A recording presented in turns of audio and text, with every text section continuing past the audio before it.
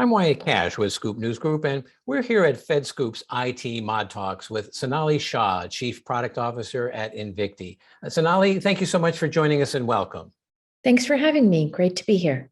So let me start by setting the stage a little. It's been about a year and change into the Biden administration. Where would you say you've seen some of the greatest progress in IT modernization over the past year and so?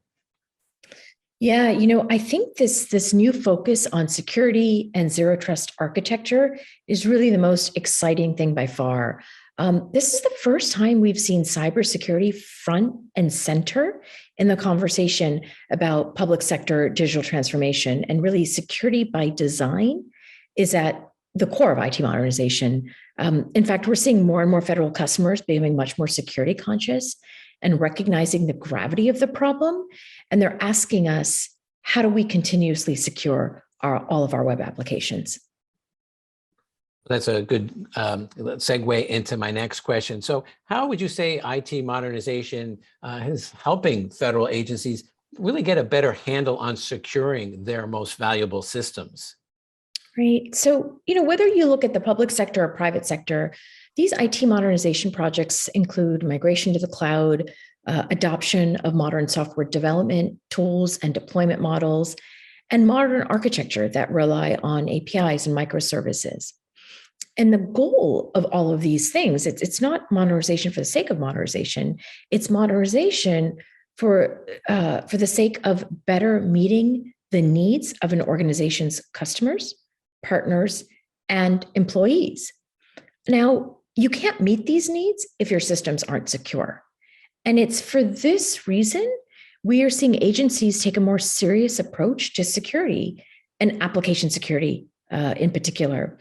I would say there are really three key things we hear from federal clients about building security into IT modernization.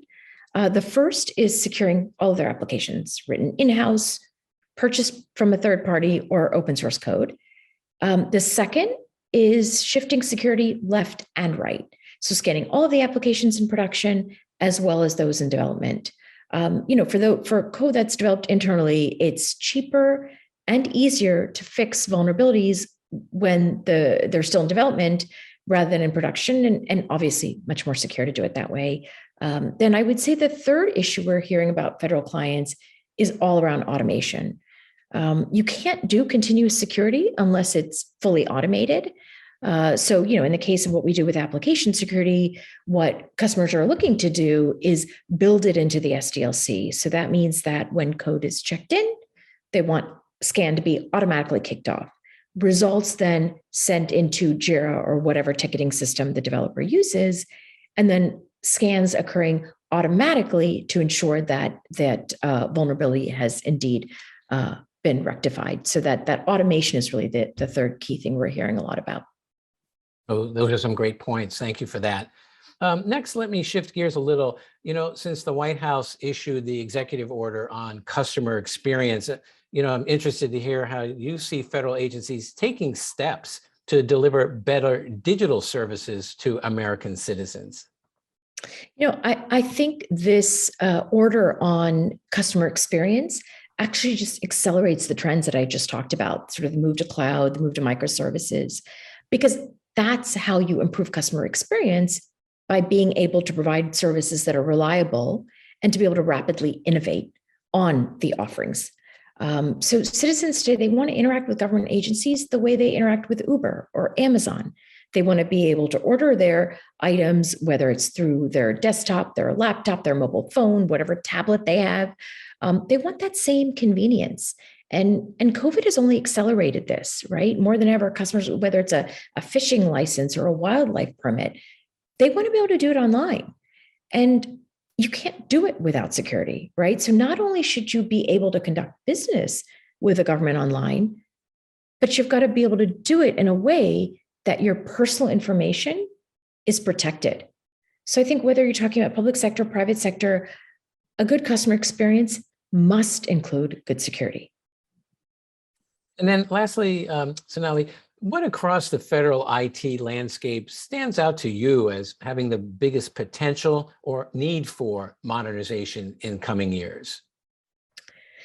Yeah, that's a tough one because there's lots of different areas, that need modernization.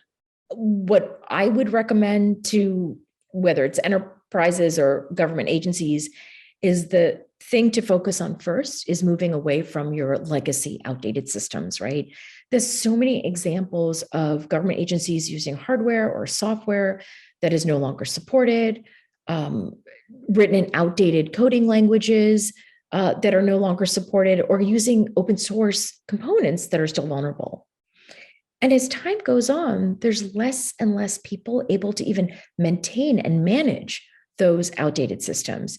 So I would say, moving off of those would be the first thing. Then the second thing, which is on the other end of the spectrum, is secure everything that you develop from scratch, right? So this is this idea of security by design, whether it's protecting your network, your users, your applications. Secure it by design in a way that all the security is automated. If it's an afterthought, you're just going to build up more tech debt. And then in time, it gets harder and harder to reduce that tech debt because it keeps growing. And everybody knows developers have got lots of different priorities on new features to release, new functionality. It gets hard to go back and fix it. So on the one hand, get rid of your oldest stuff. And then on the other hand, as you're developing new things, build in security by design. Some great points there as well.